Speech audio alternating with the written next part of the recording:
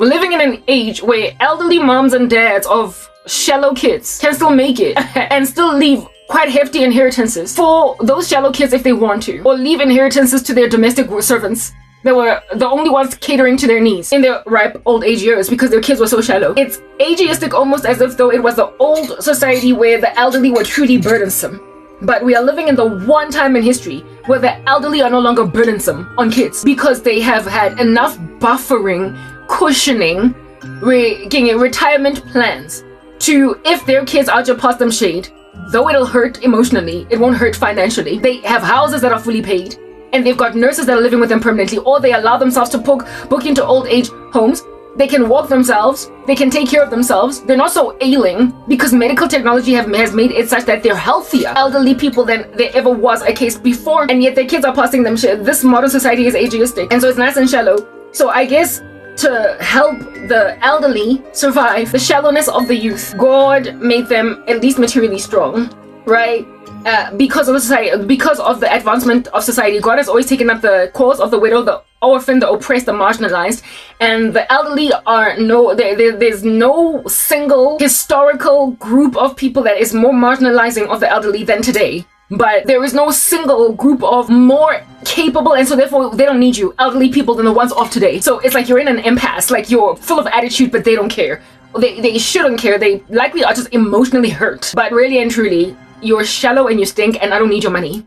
I don't have to die because I've retired now. And also the elderly now on YouTube, thank God for that platform, social media is not ageistic in the sense that it has its people. There are people that will always across the world be happy to listen to an old guy with old advice, with sage advice, and there's also going to always be need for even some of the youngest people on earth, like 10-year-olds, to get hearkened to with a keen ear because of social media. So social media has made ageism essentially moot, but nonetheless it's still coursing through the veins of some people who are still holding on to archaic old school ideals, saying that when you get to the age of 30, listen, there's nothing that makes any sense for you. And when I was watching video, Lyle Hansen, there was this one gorgeous Korean 33-year-old lady that was showing her photos when she was 21, and yes, like she is a flame today, no filters, nothing. And when she was 21, she was a flame, but not nearly as grand a flame as she now is at 33, right? And she was like, dude, that was me at 21, that was me at 21 when I was still apparently viable for the kind of man that you are. And now I'm expired like old milk, according to you. Even in an era where milk no longer even truly expires. So, like, listen, you can't even use the same idioms anymore. Or the same little, dislines. Nonetheless, now I'm 33 and I am more attractive than I ever was before. I can relate with her because I felt like I was so gorgeous in my 30s. And still today, I think I'm so pretty in comparison to the way I used to look when I was 20, when I was younger. I actually, listen, I'm so sick and tired of standing up, going up and down, up and down. I want to fetch a photo of mine when I was 20 on the dot, working Core Liberty Life in a learnership program. And when I look at that photo of mine when I was 20 versus now, listen, I feel like I am a lot more beautiful today. Like, I literally feel like I'm a lot more beautiful today. People might argue and say, no, Gabo, get over yourself, you're way in over your head. But I literally feel like I have never been more beautiful. I feel like I have never been prettier. Like, age has refined me. Do you understand? It has, I don't know, made my features stick out. Perhaps maybe there was so much baby fat on my face that my true features just not pop. I don't know. But I feel like I'm prettier today than I was then. Mara, on TikTok, there are these people, these young boys, these young men in their early 20s, maybe even headed for late 20s, mid 20s, are just speaking about how it is that women, when you turn 30, I'm sorry, like there's nothing that I can do for you anymore.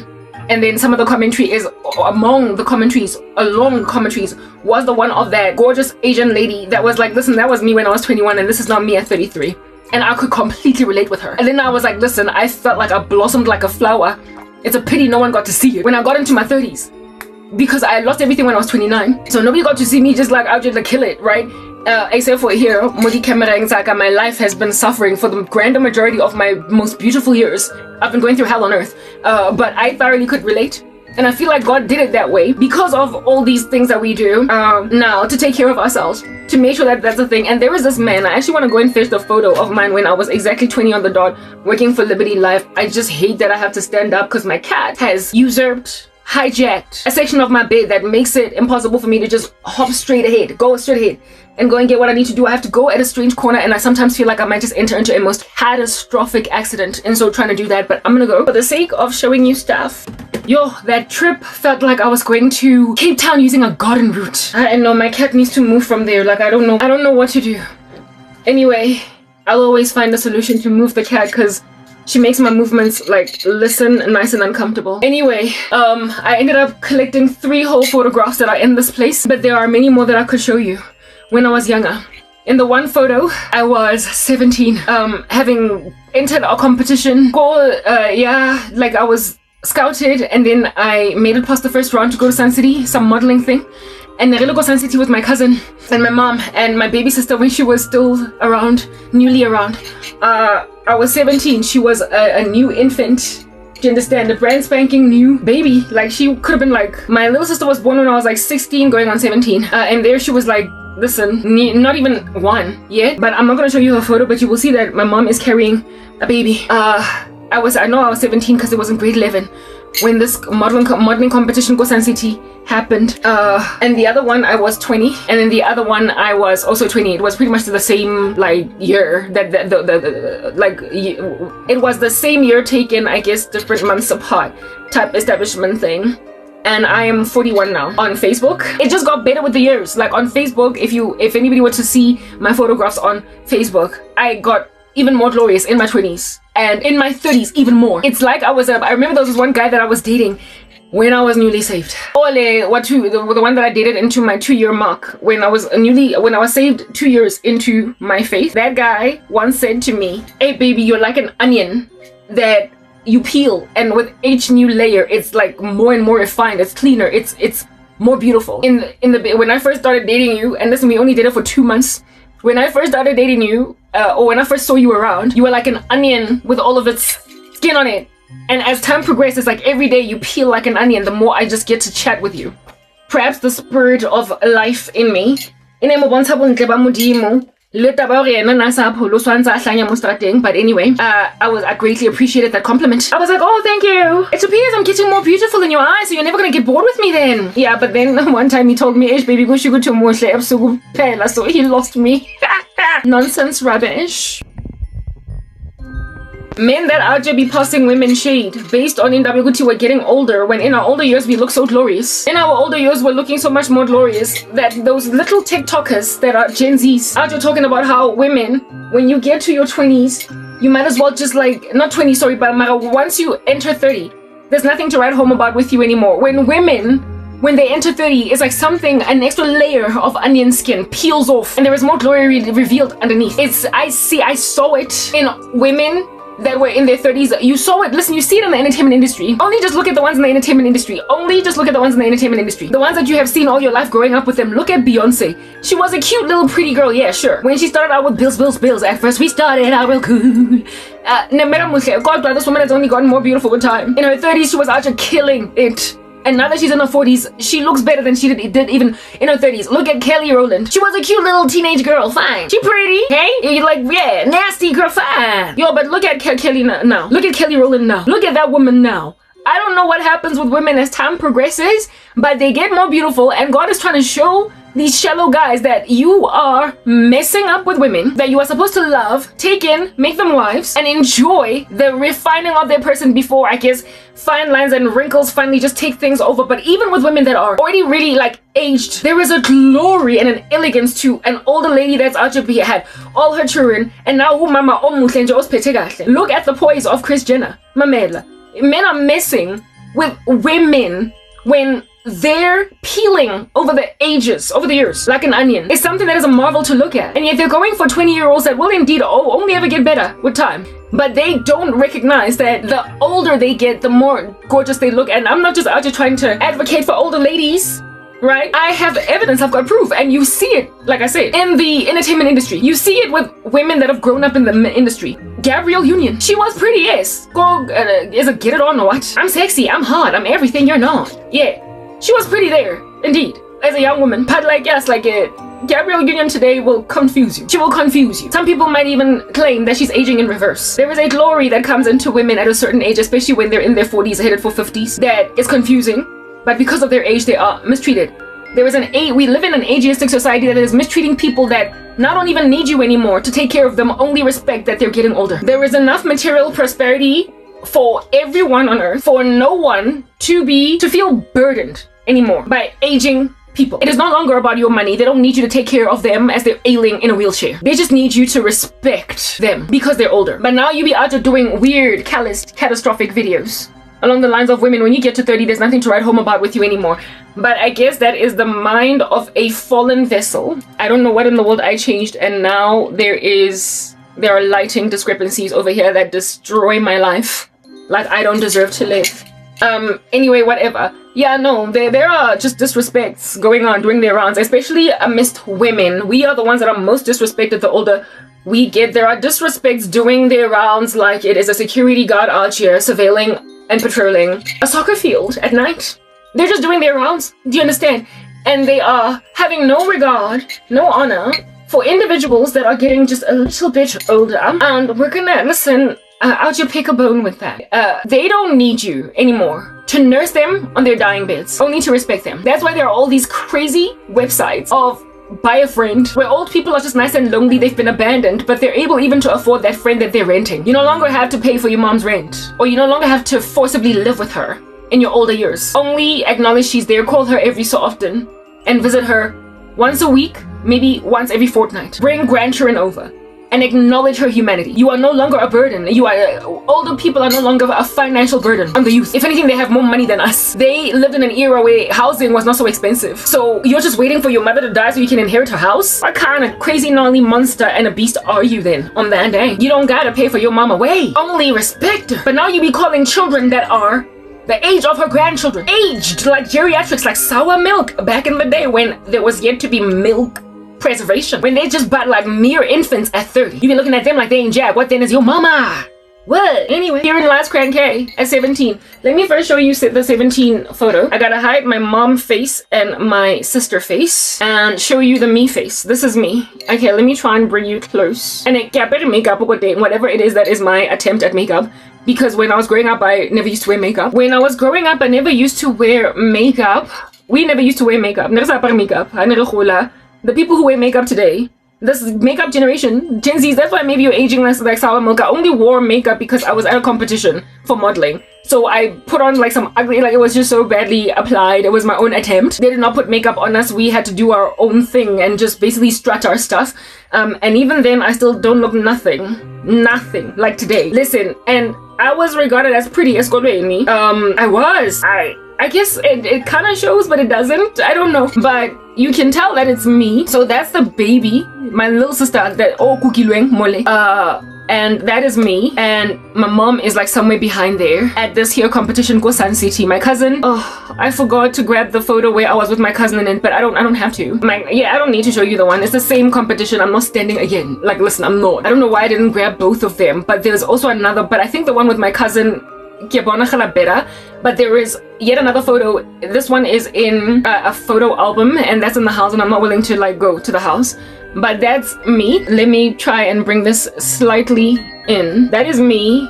Okay, what is the glare over there? I guess it's the reflection of the camera. Okay, that's the closest that I can bring that to you. That's me when I was 17 years old. You can tell it's me if I like just like smile, like check out my head a little bit. That's me when I was 17 years old. My body, I'm slightly chubbier now because, like, listen, who keeps the skinniness of a teenage girl when they're older? Oh no, I've got stickers all over my computer. So what are the best odds to ascertain that you're gonna see my images without stickers is to bring it ahead of me. That is the best chance that I have that stickers are not gonna cover my face because I add so many stickers on my videos. That's okay, let me do it that way so as to remove that glare. That's me at 17. Like, listen, I can't really do you a better favor than the one that I'm doing for you right now to bring this here to the closest proximity. You can tell it's me, but I feel like I'm prettier now, you know? But then again, maybe it's because I have like a bad makeup look over there, but I was 17 in this photo. I feel like I look better than I did back then. And my mom and my sister are in that photo. I would show you the one where my cousin is also in the pic, but is it necessary? I feel like it's got more in it. I literally stood up and I went to go and look for that photo, but I didn't find it. because it's not up there. It's some other one. The one that's up there is of my mom and my little sister. But there are other photos that I have. I don't want to get off the bed, like the cat, where the cat is chilling. It's literally my line, my path of walking. See now, in trying to duck the cat, the fan fell on her. And so therefore she just hopped off the bed and left and went outside. She must not sit where I sit. Like, is that basic? And I did not find the photograph after all that, but it was a strong, poignant lesson to the cat. I don't know where those photos are at, but I found one. But it doesn't matter, the two that I do have are sufficient. And in so looking for that photograph, now my nail chapped, because it was just stuffed in a whole chunk of other trash over there. And now we gotta file it down. Anyway, this is a photo of me when I was, okay, let me show you the first one that came, because not a year, but a few months down the line, I'm going in chronological order. So a few months down the line, the next one was taken when I was 20 on the dot, but it was 20 the same year, or maybe when I was 21. This is me when I was 20 on the dot, like 20, maybe on the year where I was turning 21. Here I'm not wearing makeup because I never used to wear makeup. The modern day generation of Gen Zs, y'all wear too much makeup. But anyway, that's on you, typeset up thing. This is me when I was 20 years old. Let me just wipe that down, and I have to bring it ahead like this so that there is less likelihood that my stickers will cover it. Hopefully there is no mic in front here because I tend to put a fake mic over here. That's me when I was 20. And look at you can see that is me. There's my mold. I have it here. And one of the line over there, I'm 20 years on the dot. I used to worry about seeing it in my videos, thinking, oh, it's the turkey neck, it's the turkey neck. But if I had it here in my 20th year of life, it says that when you just basically gesture, every so often you do get like, yeah, that happening. Yeah, typeset up thing. So it's not necessarily that your neck is aging. Because here I was 20, like listen, on the spot. And I feel as if though what angle is the best one to show this photograph? Okay, you can see there that makeup is being added because the makeup that I have on that is fake adds onto every face. But if I bring the face down, it removes the makeup. It removes the makeup. The filter falls off. The filter falls off. There's no makeup filter. Yeah, if I bring it in a certain angle, it won't recognize it as a face type establishment thing. But that was me when I was 20 years old. And I mean, I think I was somewhat pretty, but even my skin was not as good. You're like, I feel like, anyway, whatever. Mara, just insofar as you're 20 years old, everybody be shouting you anyway, whether or not you be looking any kind of fantastic. What else am I looking for? This here photo, I need to hide everybody else that is in this pic. It's so it's very complex because of the way that we took a photo. We took a photo against the wall and popped out of the wall each, so it's very hard for me to hide everybody's face. I feel like I've done as best a job as I possibly can. But that person over there smiling, I have got lipstick on my teeth. That there lady with that big fat chunky smile, that's me when I was 20 on the dot, and this is me at 40. Oh goodness, I hope it really shows. How can I hide the people with whom I took this photo and put this in the center of the video so that my stickers don't hide? That's me when I was 20 on the dot. 20, and that's me when I'm 40. Like, listen, I feel like I look better now. Like, anyone that would be in vehement disagreement, I just look, what are you doing? Anyway, and then, okay, so these obviously were taken on the same day. As you can see, I'm wearing the same top. We were on a photo shoot at the learnership program called Liberty Life. Thank God this one I only have me in it, so I don't really have to hide anybody in the photograph. This is the photo that I took on the graduation day of the learnership program at Liberty Life, and look at how it's out adding makeup, but I will move the image so as to remove the makeup type establishment thing. Mara, this photo, in it I was 21, maybe 2021. It's evidently me, okay, and you can see that I'm younger, I think, in this video, not video, but in this pic. But I feel like I'm prettier now. Listen, I feel like I'm prettier. Maybe even with the addition of the makeup. Let's just let the app add the makeup. Let us let the application add the makeup so that you can see basic. I can't do a side by side because if I do a side by side, like them stickers gonna be out everywhere, okay? But like, okay, a side by side is ideal, and here I believe there is definitely makeup. Yeah, the same makeup on my eyes. You can see that it's been added on my photo. I did get braces later on. When I was 24 and 25, I had braces. When I was 23 and 24 going on 25. I think when I was 24 and 25 I had braces, so I did straighten up my teeth. I told you that I used to have crowding in my mouth. My teeth are straighter now. Like, listen, if you can't see in this photograph that my teeth are not as straight as they now today are, then we're not really sure what's going on. My teeth got straightened because I got braces. In here, I got crowding there at the bottom, and my teeth are obviously not straight on top over there. So I just straightened, but now I've got a small gap over here because of the issues I highlighted in one of my other videos. This image, of course, adds makeup. You can see that the same makeup that I have on my face here, the app makeup, is also on the photo. You can see it. So I think it's ideal for the makeup to add that you might see side by side that I am far better looking today than I was back then, with or without makeup. Here, like, if I just put my hand on the image, it removes the makeup, and that's what I look like without the makeup. But then so that is the image without the makeup, and that is the image with the makeup. With the makeup, that is a better side-by-side comparison, and I am prettier today. I thoroughly think I'm prettier today. I do. Well, I mean, the hairstyle doesn't matter. Like, I can hide a portion of my spogo. You can see it's me because look, the big forehead, it's still there. Look, the mole, my mole has also gotten bigger over the years. Same smile, just straighter teeth now. And yeah, well, I of course have a nose ring now and whatnot. Okay, I never used to have one back then. I got all my piercings in my sorrow. All right. Woo, below the nose. Those are all the photos I got for you babies. I ain't got nothing else. Nothing else like the song I just sang now. I don't have nothing else. When I go to the bathroom and use the loo, maybe I'll be able to find other photos in the house, but there's no need. I feel like I've proven. I was 21 here. I was 20 over there. I was 21. I was like 2021. I think I was 20 over there and I was 21 because it happened in the same year when I was coming of age of 21. So that guy that said that women, when you turn the age of 30, there's nothing to write home about with you. You tell me, when you turn the age of 30, there's nothing to write home about with you. You tell me who among these two women looking at you right now, which one would you pursue? Which one would you pursue in 2026 if this was my daughter and I was the mom? First of all, you'd be confused as to the fact that it's daughter and mom. You would likely think we're sisters, and secondly, you would probably go for me. Well, the older me. You would go for the 41-year-old. You would go for nah. So we don't even know what's going on in these uneasy 2026 streets of people be out there dissing some ladies for turning 40, for turning 30. Sometimes I get scared, I'm not gonna lie. Sometimes I get scared, but largely I just don't care. No, I'm not gonna go looking for photos in the house. I feel like I've shown you enough. You've seen enough. Where am I gonna put these now? There, because I need to put them back where they belong. But the bed, she's very cluttered because of all the things that I put there as a result of preparation for the video. Anyway, we'll just put it over there. My cat will at some point scratch at the window and try to come back in. But yeah, listen, barely any aging.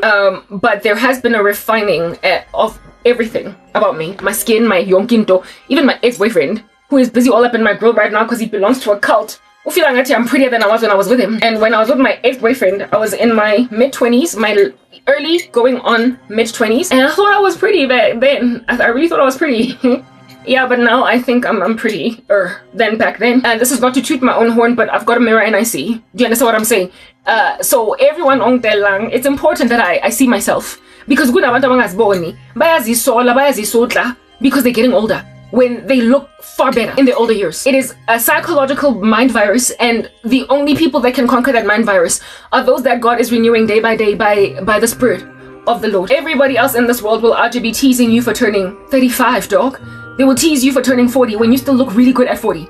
And with the things that I've just highlighted above, we are healthier, much older, more preserved because of all that which we have. We have more health, we've got grander longevity, we've got grander life expectancy, and there's ample evidence of fertility even in older years. Do you understand what I'm saying? Across the women's spectrum, but right now that evidence is apparently allegedly in the minority and anecdotal, but I do believe doctors are one day going to change their minds about what makes for a geriatric womb. However, as children of the living God, we have a prerogative to, in spite of medical science imagining that we're too old to conceive. We must remember our sister Sarah. We must remember our sister Hannah. We must also remember our sister Rachel. We must remember Elizabeth. We must remember Elizabeth. We must remember our brethren, our brethren and our sisterin, people who could not conceive. We must remember our sister, I don't know, I forgot her name, but Samson's mom. Samson's mom was also another one with a geriatric pregnancy. Like, just remember in the Bible, there are miracles out here accounted for one after the other of ladies that be out here having babies later on. And men that did not give them grief because they could not have babies. So men were a lot more mature too. So we don't know what's going on. before I continue to rap on, because I need to just finish my music, but I'm gonna sing my music fast, and I'm also going to sing it with limited effort because it's already kind of late, but I need to get the music out because it's slaying demons.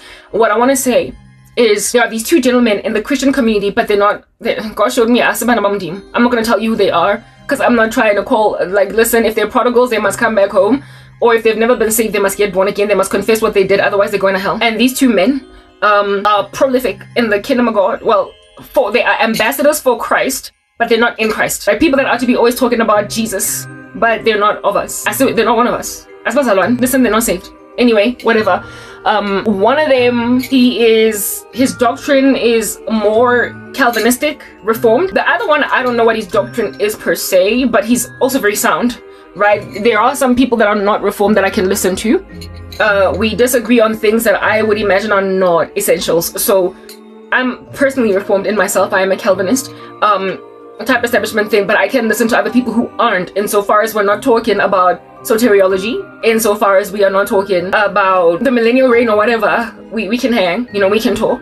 Type establishment thing. Anyway, they are people that I used to listen to with a keen ear because they are sound. You're not going to listen to any of them and walk away because, oh, what's going on? Like, what did he just say? What did he just say? They're sound and they can heal you. They can inspire you. But I mean, what is a prophet? Like, remember I said earlier, when you're going to manufacture a testimony when it's not true, you are just giving Jesus a good name, but not really, because you wouldn't wait. Both men at different times, however, perhaps 2 years apart, because the latter, the one that's my age more or less, I found his content only later in my journey, while the former came first. So at different times, years apart, God told me, yo, don't even bother with them. Don't even bother with them. Don't even bother. But both men, why did the Lord tell me not to bother with them? The very same content creators that I keep on talking about, they go through hell on earth, or they get knocked on the door off by crazy organizations, or they get found going through hell on earth. And then they are offered a deal to never ever go through striving, to never ever suffocate, to never ever go through a minute. And they take it because they just tired of going through hell. They're tired. They tried praying, they tried fasting, but the Bible says do not grow weary of doing good, for in due season you will reap the peaceful fruit of righteousness if you don't give up. They gave up. And the one man, when I wanted to use his testimony as my hope for when I wanted to use his testimony as my hope for a husband, because when I first found his content, I was in my late 30s, and this man was already, I think, in his late 40s or headed for already just 50, and he was giving us his marriage testimony, all right? And I found myself richly inspired by his witness, because he said that he was single pretty much all throughout his 20s and 30s and only married in his 40s. And now he is a happy dad, and because he waited on God, he waited on the Lord. And I was like, oh my goodness, he found a bride in his 40s, and his bride was likely either, I mean, just looking at his wife, she looks like she is in her 40s now, right? So his bride was likely at the time of marrying her in her 30s while he was in his 40s. And I was like, so he married a woman that was in his 40s, in his early 40s. He married a woman that was just like me in her late 30s. And he's a beautiful black man. He's a handsome black man. And he never allowed himself to have children or, like baby daddy culture, like Nick Cannon type vibes. And he's a black man. And I was so excited about him. I was so excited. I fell in love with him and his testimony, because I was like, he's my hope. He is my example. Because there are men that are not willing to take chances. They're not willing to take prisoners. They're not willing to take chances or prisoners. They are willing to let themselves turn 40 with no wives and still wait because they have not found the one. But you see, in his 30s and basically up until the point of him finally marrying, he was struggling also financially. Life was just not working out for him. By the time he got married, he was already financially stable. So I was like, oh, look at that. God first gives you strength materially, and then it basically enables you to take a wife, because then only at that stage are you going to be able to take care of her, right? And like I said, their testimony was very inspirational to me. But what is the point of an inspirational testimony when it's not true? Like I said earlier, like that channel called Scripture Illustrations, I should be manufacturing very compelling, very motivational, very inspirational, very compelling, very motivational, very inspirational stories of people essentially surviving the most, okay? And God coming through for them. And it's all very like, like warm feeling. It gives you that warm fuzzy feeling that I'm going through hell, but listen, God is going to come through for me, because just like that guy, I'm in my 40s with no husband. Just like that guy, I'm in a prison-like situation, and God is going to send for me a cat to feed me. Except that never happened. That never happened. So if I'm going to find inspiration from a fake story that God never orchestrated, I am being deceived by a lying spirit that is causing me to look forward to the same blessedness that never existed. And so when then it doesn't come into my life, I'm gonna find myself falling severely short. When people don't tell the truth about their witness, they hurt others. And this man, married in his early 40s, perhaps 40 on the dot, a woman that was in her 30s, perhaps mid to late 30s. And I, at the time of watching his testimony, was in my late 30s. And I was inspired by him. His wife, if anything, was right up my alley because she got married at the same age as the age that I was at the time. If at all I had turned 40 and still I wasn't married, given that I'm the woman in the equation, I would have sulked and said, but God, I'm the woman in this equation. I'm not the man. So why are you letting me into my 40s? I was supposed to be more like his wife. But you see, he settled. He got worried when the clock was ticking and he was headed for his 40s. And he signed a contract with this cult that I'm busy rebuking right now. He signed a contract with it. And that contract is the reason why now today, while all of us get striked easily, while all of us get censored easily, all of us just get silenced easily on social media.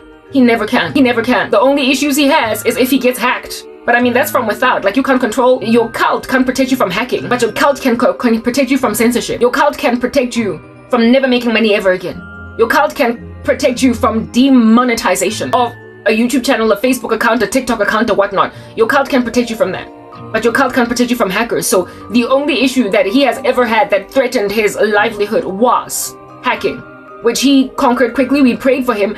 But you see, these cults also give these people fake testimonies where it is that they've got false strikes, false almost channel bannings, but then they recover from them miraculously.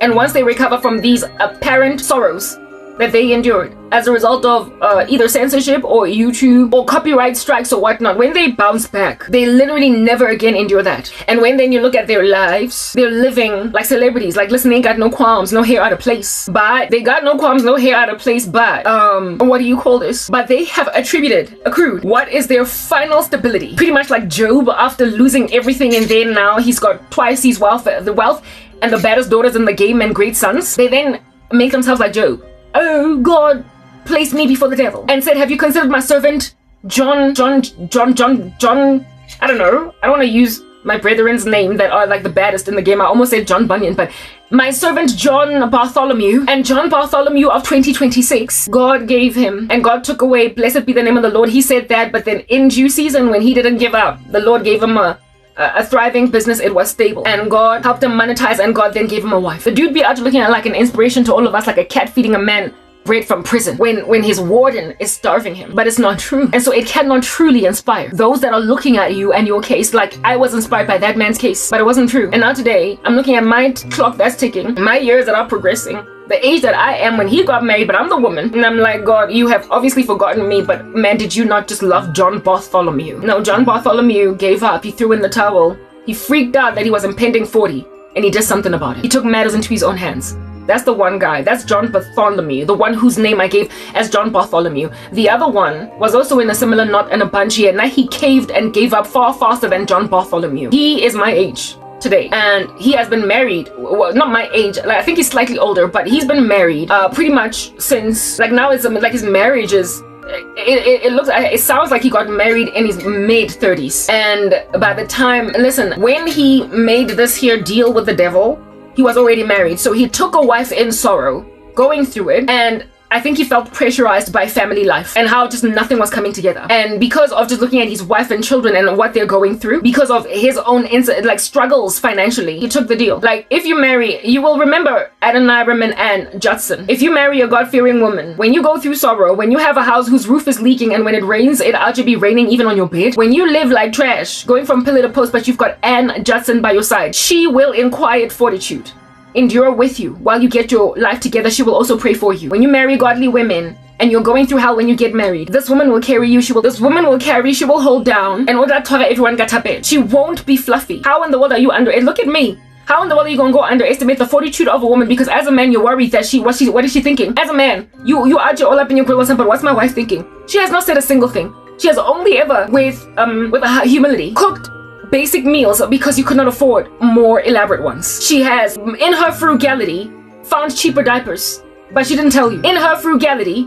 she has found a way to essentially make the kids forget that they're going through hell too. She has created a joy in the kids that you know of because they appear to be unfazed by what you are all going through. Children are elastic in the best way. They're elastic in the best way because whatever conditions their parents are living in, they be out here adjusting. Kids, kids so look up to their parents that you could be living in a shack and these kids will still have joy insofar as you have a calm demeanor about you. I've lived kodi rumung le mewaka as a child, and because they appeared kind of cool, I was cool, and I was always going outside. I never felt like, why don't I live in a house in a toilet flash? Why were Melissa a Scotland? Though the room were not necessarily room my grandmother's house. But nonetheless, it was poor conditions. And my dad either lost a job or whatnot, but downsize. And they had to live. I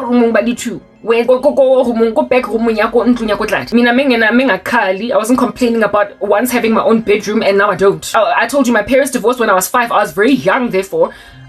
So I did not have time to be out here, like, why don't I have my own bedroom? I wasn't a teenager. Kids are elastic, and this guy had young enough kids to, just like me, deal with it.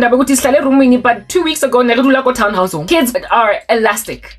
They adjust. Even teenagers. I moved from pillar to post with my mom when I was a kid. My friends used to tease me on some, you guys are nomadic like the Koi said. But nonetheless, everywhere where we went, once the furniture moved in, I sat down and I was a teenager in the new place where we stayed. I accepted, I chilled. Because this is where we live now, I remember, we once moved from a townhouse to Nkluyako Naturina that used to belong to my uncle after my grandmother passed away. And Nkluyena was the house that my cousins used to stay in, so I knew it.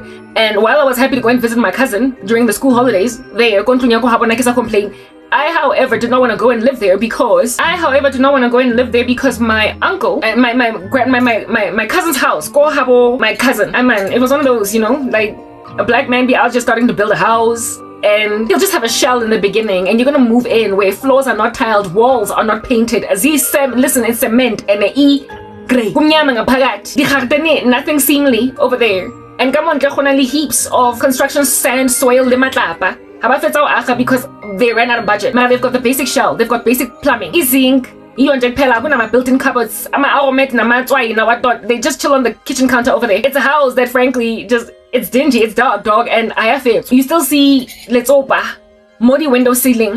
The way it is just shoddy workmanship. Construction worker the finishing touches because Moto ran out of money. He ran out of money. And they moved into that house. And we used to visit. I used to visit my cousin because she was my best friend. And I would sleep over in my issues because she was my girl, nothing. And I was cool to be there to visit, but I didn't want to live there because I was used to a house with full furnishings, with full finishes, and it was glowing bright, fully tiled, and built-in cupboards in the kitchen, like mamela, comfortable, beautiful house. And then the shower, happy go my cousin's house, no shower, only bath. And then I was running throughout my teenagers. I was out showering, dog. Like, when there's a shower in the house, barely does anybody use a bathtub. I don't know about you. No shower, and that thing was just good. Like, it literally crawled up my skin. And afterwards, hey man, mara nekechakile homanate bona kidi holiday. For the better majority, that's what I'm here for. I'm not here for the comfortable living environment. I got la mona 5-star hotel. I got la mona the Hilton.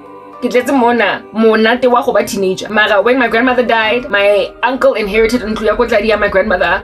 And and I agile 25%. Him and my mom entered into a contract that she will live there. He did not want anybody renting it because it was still under construction and we had to move there. I was like, listen, I'm happy to visit here. Sio hop up and down Naturina as teenagers.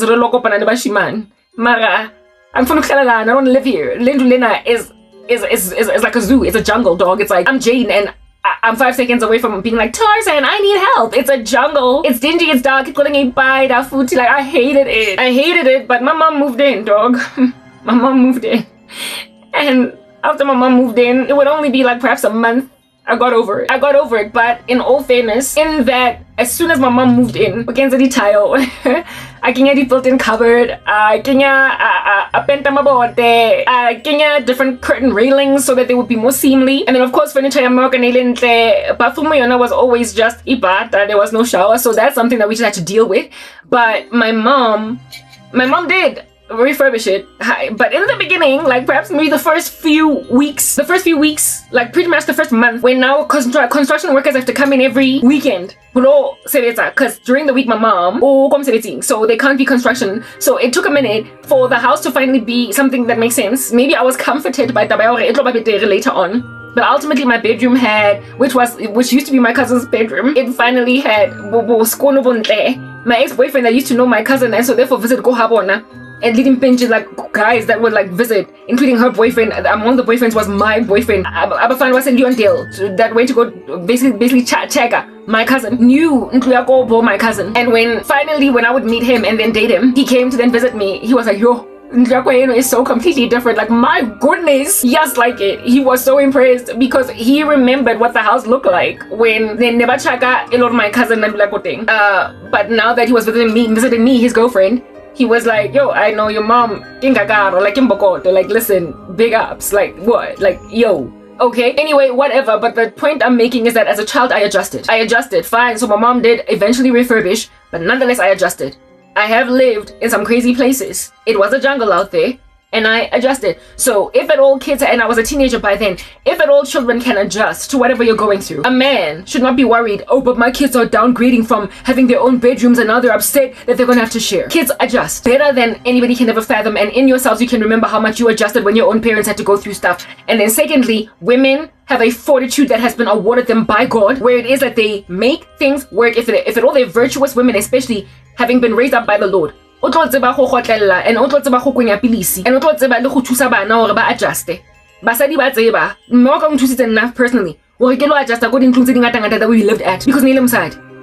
What I'm saying. So women have it in them to just basically balance out, okay? They balance out a person's chaotic atmosphere and just make them feel right at home in a new atmosphere. It's a gift from God. It's a gift from God that women have. So when men worry that what's my wife gonna think? She's gonna think I'm less than a man. I'm not this, I'm not that. Now we've had to downsize. Now we have to live in like a little room with like an ablution facility outside. Now we have to go outside to go and do our business.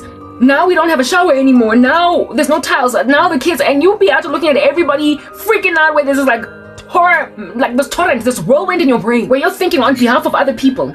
Well, I can tell you, not only as a woman myself that is now grown up that can enable an ecosystem to adjust to a new space, but as a child that has also endured changing atmospheres. Kids are just like elastic, they just bounce back, and women have a fortitude that enables them to just control a chaotic environment. And if at all that woman is in particular godly, more so are they going to work on their character. So if you have a God-fearing wife that you married in better shiny days, and then you go through trash, trust God to make her that thing that's just going to hold it together. And understand that kids be out here bouncing back like some elastic after you go with it. They adjust. And I bet kids, they like to be out there with some other children, and they tend to like they help themselves get away from it all using church activities. So if they've got a youth group at church, they get away with it from it all with that. They are able to just adjust. But this here man, the other one did not yet have a wife and have children. He just was worried that I'm not gonna get one if I don't get my life back together, and so he settled and signed a deal lawyer, and now he already had children and a wife, and he was worried about the chaos going on in their brains because of him struggling to make ends meet. And he decided that he's gonna make it fit like some skinny jeans.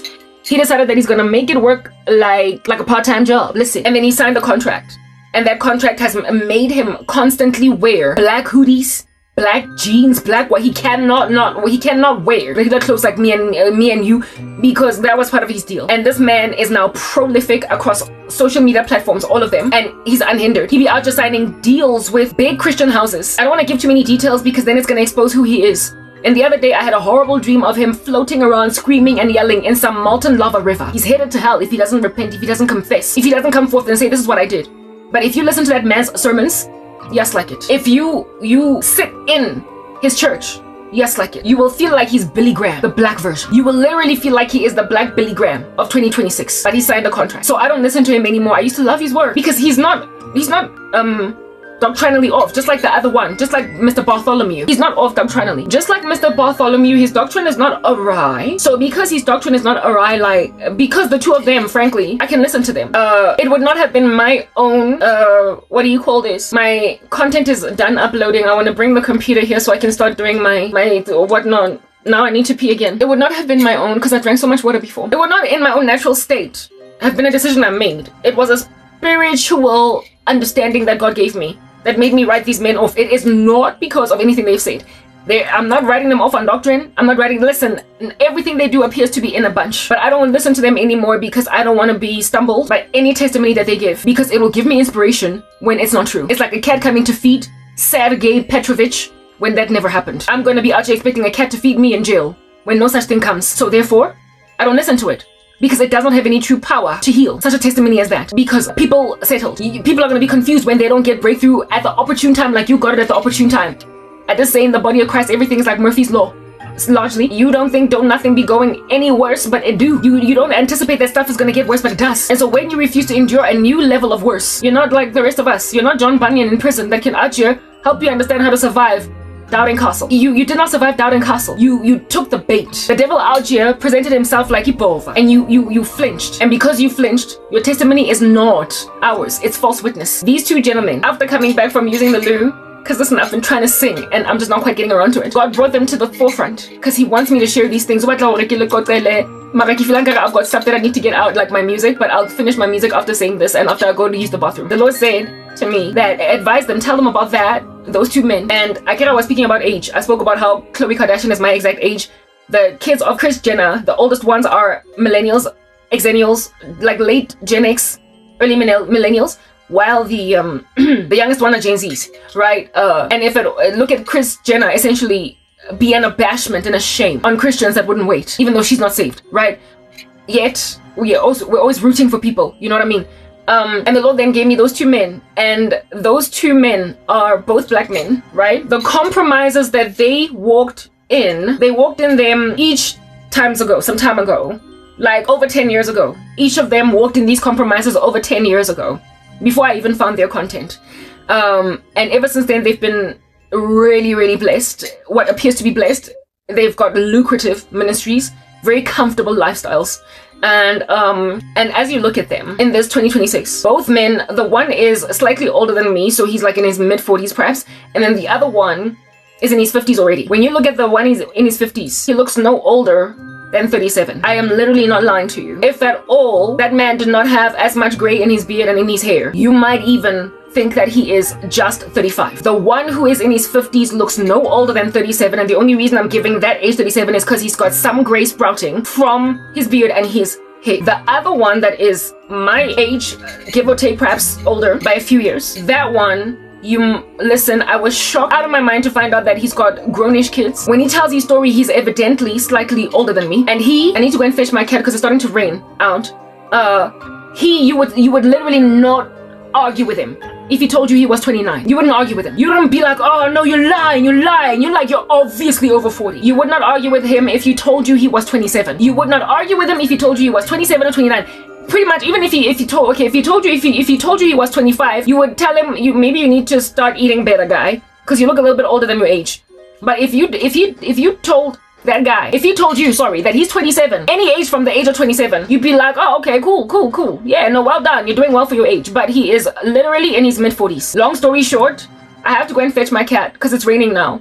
Long story short, the reality and the truth of the matter is this. If only they had waited a little minute longer, even 10 years more, and so let themselves get to mid-40s, and the other one in his 50s who now looks 37, if only they had waited a little bit longer, they would have experienced essentially the reproductive power or the reproductive vigor of Bruce Jenner. The man I believe is older than Kris Jenner, and he was able to out here not shoot blanks, make babies, older than Kris, who was in her 40s when she had Kylie and Kendall. 40s going on